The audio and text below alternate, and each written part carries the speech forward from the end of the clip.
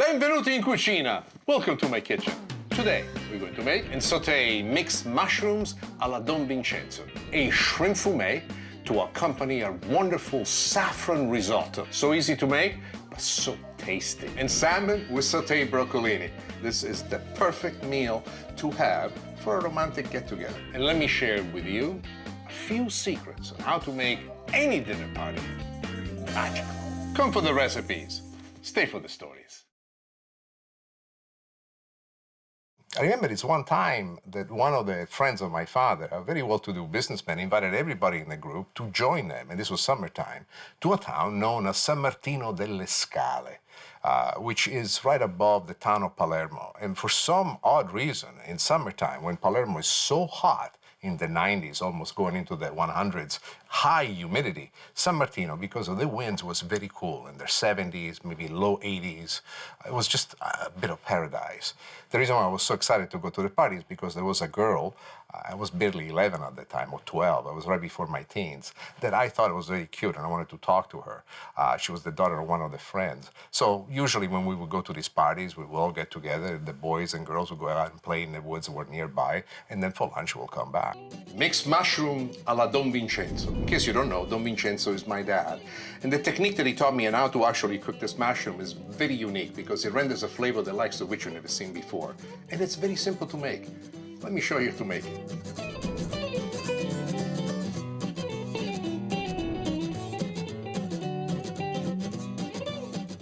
Well, this is a very difficult operation.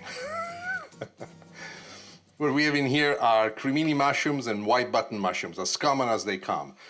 The only bit of information that I can give you is that we basically cut them in half. I would like to have as much as possible of the surface available for having the contact with the metal of the pan. I would like to brown them softly. The wider surface gives me this wonderful finish that I'm seeking. But it's not just the way you saute them, it's the flavoring that you give them. What we have in here is dry porcini. By making a powder with the porcini, we're able to really give them almost a mock porcini flavor. It's very inexpensive mushrooms available every day, but with this trick, we pick up a flavoring that you would have to spend quite a bit of money to find fresh porcini. But it's not just these mushrooms that we're going to be using. We're also using shiitake. Shiitake, as you can see, is just the caps that I'm using. None of the other parts of the mushroom. And shiitake mixed together with the cremini, mixed together with the white button mushroom is a wonderful, wonderful combo of flavors. So a little bit more of the porcini powder. And the last thing that we're going to do is the Stellino special rub. Onion powder, garlic powder, paprika, salt and pepper in equal parts. At this point, you want to mix them all together gently. And what we're going to do afterwards, we're going to let this for 15 minutes to sit and rest.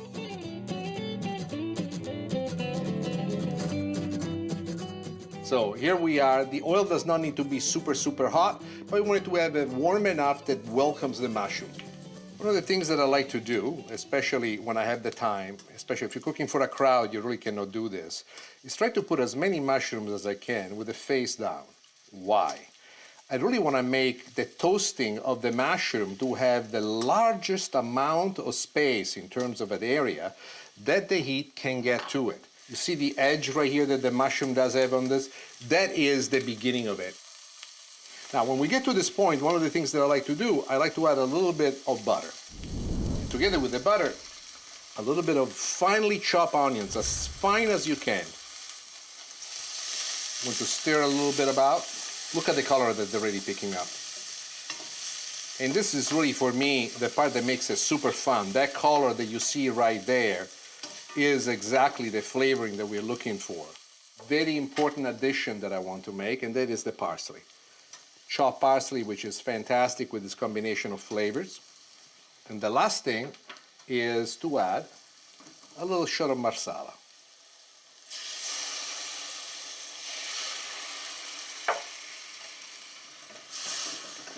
Now, at this point, I stir everything around because I want everything to pick up the flavor that the marsala is bringing into this dish. And this is truly what makes it super interesting.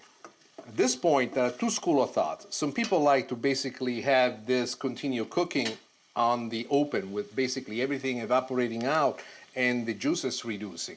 But I like to do almost an effect that's very similar to the Dutch oven effect. I'm going to put the cover on top, I'm going to lower the heat, and I'm going to let it cook for a few more minutes.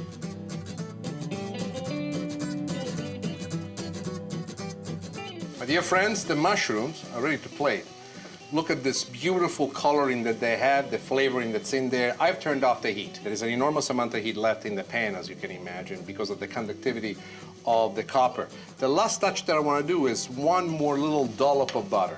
Why? I want for the sauce to be abundant, and I want it to be creamy without the cream and with the butter. And by stirring things around, as the butter moves around, it will not separate, rather it will create a cream-like consistency. We're done. Now, let me show you how to plate it. Imagine as you cut through with every bite that you take, this opens up all these promises for all those other dishes and I'll come next. And that's the beauty of the perfect appetizer. It makes you want to stay at the table. It wants you to wait for all this beautiful truth that will come later. See, I don't think of dinner as if dinner is something where people sit down and eat. I think of dinner as a movie. And this is the beginning of my movie. And this is how you make sauteed mushrooms alla Don Vincenzo. We get to the party, it becomes obvious that my father is expected to cook it. My father is suddenly super happy. So he starts out and immediately with his jacket on, with his vest on, he gets in front of the barbecue and he starts putting the meat on and he starts brushing it and the smoke coming out. And for a moment, I remember looking at my dad and then looking at my friends in the back, going, Nick, come with us, and thinking, what do I want to do? And something extremely important happened at the very moment. There were two worlds. There was my father sweating, his clothes all messed up, with a cigarette dangling on the side of his mouth.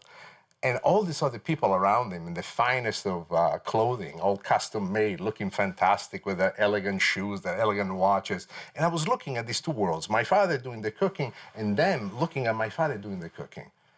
And right there and then, I wanted to be that man.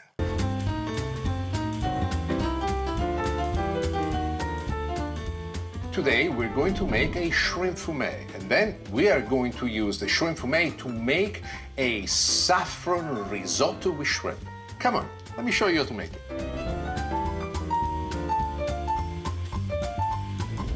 The first thing I'm going to show you to make is how to make the fumet. Fumet in Italian is fumetto di pesce. What does it mean? Very simple. We start with the chicken stock. If you don't have chicken stock, water will be just fine. What we're trying to do in this purpose is to create an inexpensive and very efficient way of making a stock that has the hint of flavor of the shrimp in it. What we have in here is the shells of all the shrimp that I used. Together with this, we're going to put a little bit of mirepoix. I told you many times before, onion, carrots, celery, chopped finely, a little bit of parsley for a little bit of flavor. And in my opinion, something that kind of brings an additional bit of flavor is tomato sauce, or you could use tomato paste if you don't like tomato sauce. The last thing that we're going to do is a couple of shots of wine. We're going to stir this nicely, and you're going to bring this to a boil. And once it reaches a boil, we're going to take it down to a simmer. We brought the fumet to a boil and we let it simmer for about a half hour, and now we're ready because all the flavors have come together. We're going to use this for the making of the risotto. Let me show you how to do that.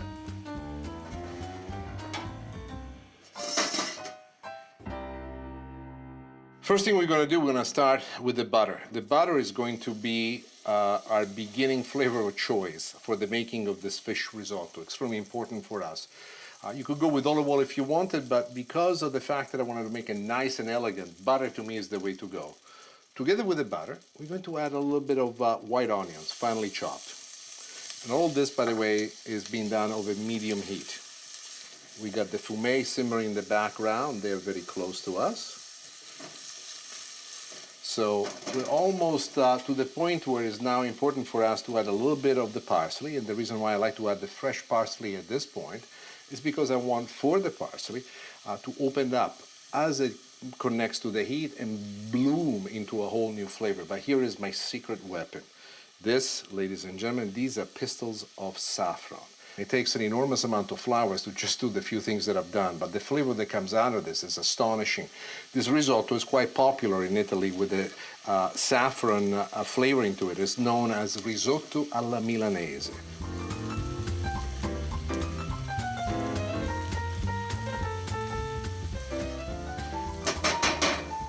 At this point, the next thing that we want to do is to add our shrimp. I cut the shrimp in small pieces, but still fairly big. You want it to have nice and robust and full of it.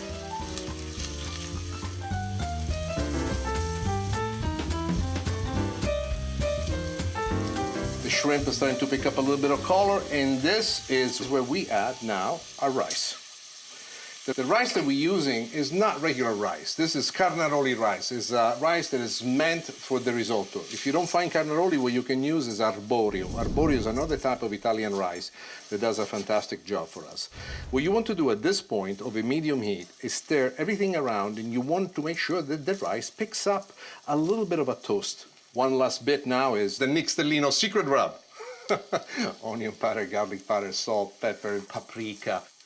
And when you get to this point now, is where we need to start placing the fumet in here. And there is a technique on how to do that right, and let me show you.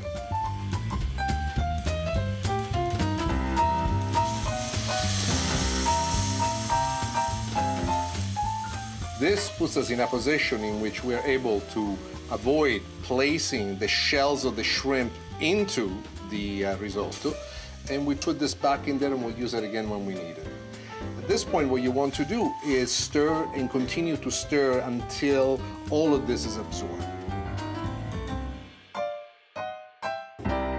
As you can see, the yellow color of the saffron is starting to flow through. You see some of the pistils in there. It's just beautiful.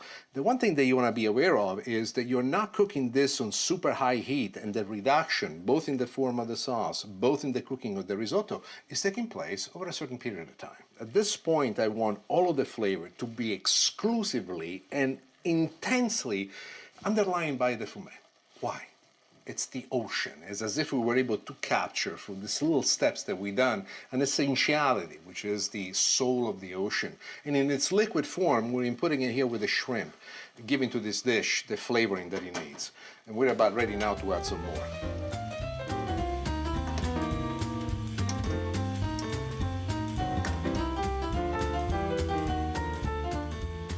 What I like to do here is also squeeze through the shells, just to get the extra bit of it. Now, this in play, we want to start all over again. It's one of those things where the adventure continues. And as you have this on medium high, what you want to do is continue to stir it all the way through. This, for many times, used to be known as the Widowmaker. Yon says, what does it mean the Widowmaker? Well, I'm gonna die after I eat this? No, what happens is that most men, when faced with a choice between the risotto and their wife, they chose making the risotto and being in the kitchen all the time that it takes. Why?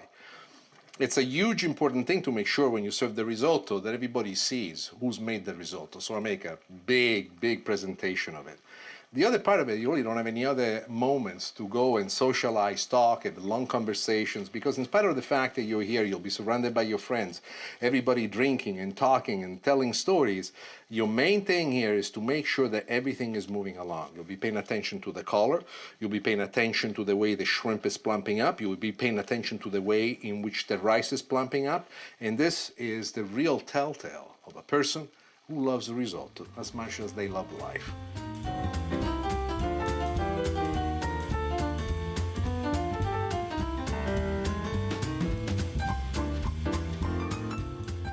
As you can see, the risotto is ready. I should walk away and take the pan with me and eat it all by myself, but if I do that, my wife will shoot me. So I say to her, Nancy, I love you. Let me share this risotto with you. But before I do that, we need to do something quite important. This is softened butter. Why is this important? I'm gonna turn off the heat and I'm gonna fold it into it gently. Just like this. At this moment, you're able to pick up all the flavors. Do you remember how liquid it was before? Our constant stirring prevented everything from sticking at the bottom, and this is the part where most people make a mistake. You see how clean the bottom is? Well, the risotto is ready. Now, let me show you how to plate it. It's been said that life is beautiful when you get the first kiss from the person you love. I agree with that. I did not know what life was until I got kissed by the right person. One which, by the way, I kept, and I intend to keep for the rest of my life. But unless you have risotto like this, you really do not know what risotto tastes like, because this is not just a risotto. This is tutto è possibile. And that means, translated from Italian into English, everything is possible. And here is how you make saffron risotto with shrimp.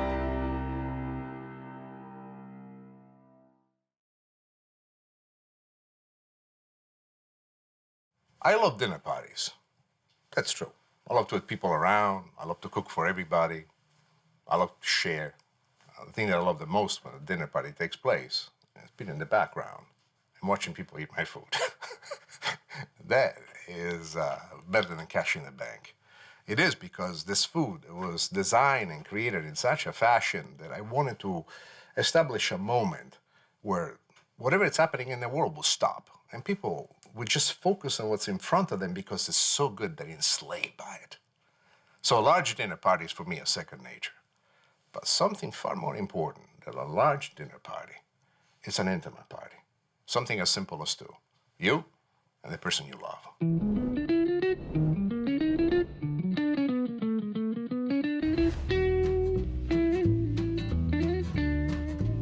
Salmon with sauteed broccolini. Salmon and broccolini is not a common thing, yet they're two wonderful dishes that go together perfectly well. The broccolini pairs with the salmon because of its tenderness and its unique flavor.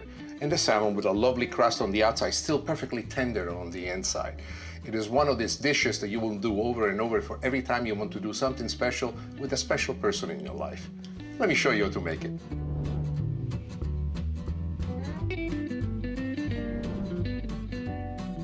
So, what are we cooking? Broccolini. What are broccolini? Because a lot of people say, Nicolino, what are these broccolini? Broccolini in Italian means little broccoli, and really what they are is baby broccoli. Now, to be fancy schmancy, I basically have cut just the fronts of the broccolini, and I'm gonna be using the last part of the broccolini for another dish. Maybe I'll make a nice sauce with it. I do like this because the crisp is what I want to get right on these guys.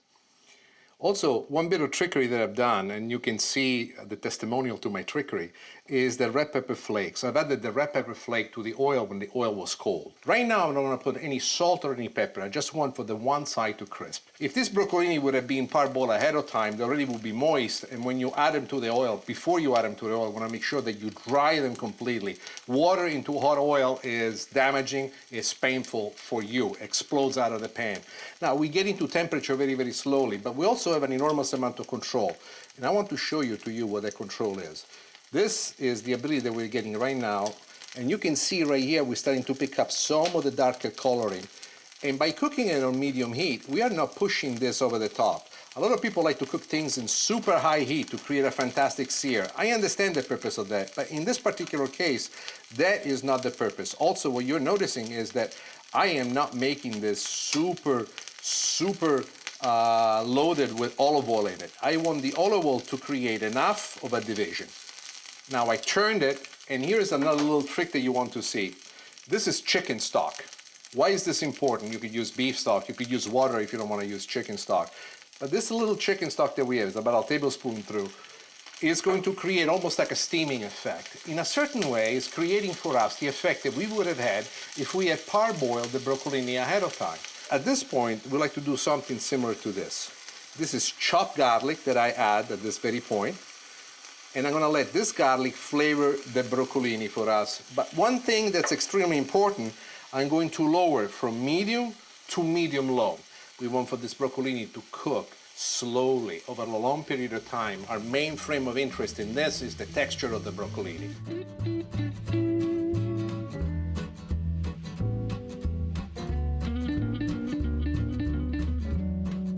They're starting to collapse and they're starting to pick up the nice crispiness that we love about them.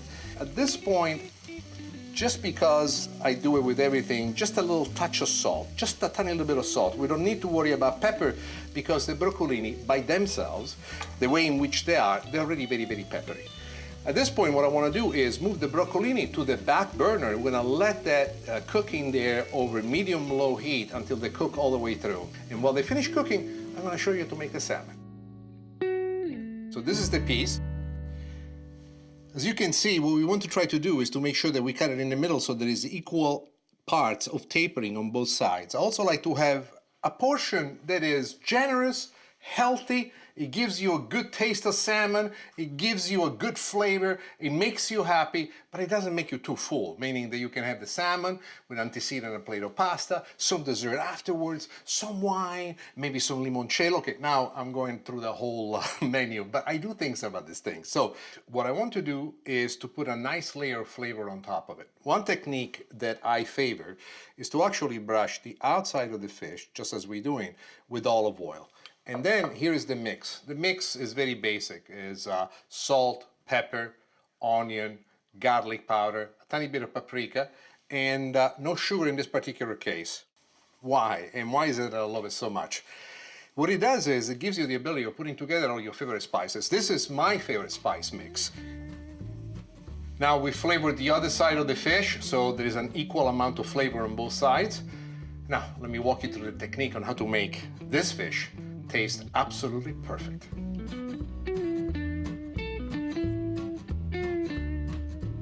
What I like to do when we cook a salmon, I always like to start with the pretty face, and I'm gonna put it down.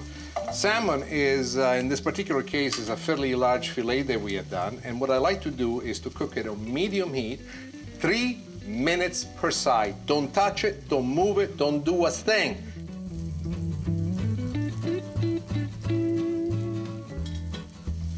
Now, I'm pretty jazzed up. I love about the crust, the way it's come out. One of the things that I've done is that I love the taste of paprika and the smokiness that the paprika does. And there are two schools of thoughts. To eliminate the paprika from the rub, in my case, I prefer to keep it. The coloring that it gives and the bite and the resilience that it has against your tongue as you bite into it, and it connects you to the salt, the pepper, the onion powder, it brings it all home. But the most important part is about to happen now. Let me show you what that is. The secret is the butter. And as you can see, there's quite a dollop of butter. Of course, in a pan like this, in this occasion, there would be 2 pieces that I'm cooking of 4. But why is the butter important? The butter creates for us a finish known in the French language as arrosé. And look what the arrosé does. The arrosé is the process of braising the fish with the butter. The fact that we're cooking this on medium heat is favoring us in many ways. One way is now braising the fish in butter, and the second part of it is that the butter is running right through it. You remember what the crust looked like before when it was dry? Now this butter is sealing the top, it's going through each one of the crevices that the fish has on the outside. You can still feel how nice it is. I have this on medium, depending on what pan you have. If you were to cook this in a copper pan, copper moves very, very fast. I would not propose for you to do it on medium, rather to do it on medium-low. And that's about it. We're almost there. We're gonna let this finish for 1 more minute, and then we'll serve it. The broccolini are ready. The salmon is cooked to perfection. Let me show you how to plate it.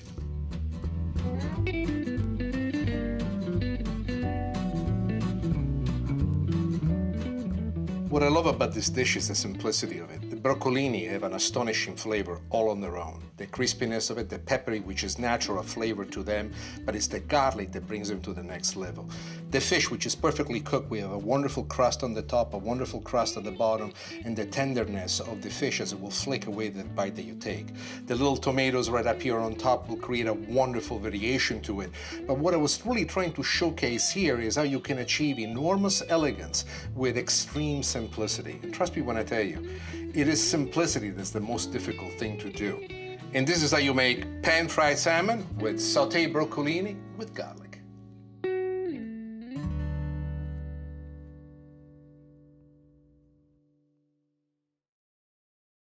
The greatest thing is when it happens and it feels like magic. With every bite, the conversation that takes place, what ensues afterwards is a byproduct of the excitement that was created in that fashion. And you don't need to buy foie gras or expensive champagne. You can do that with a pizza and a plate of pasta.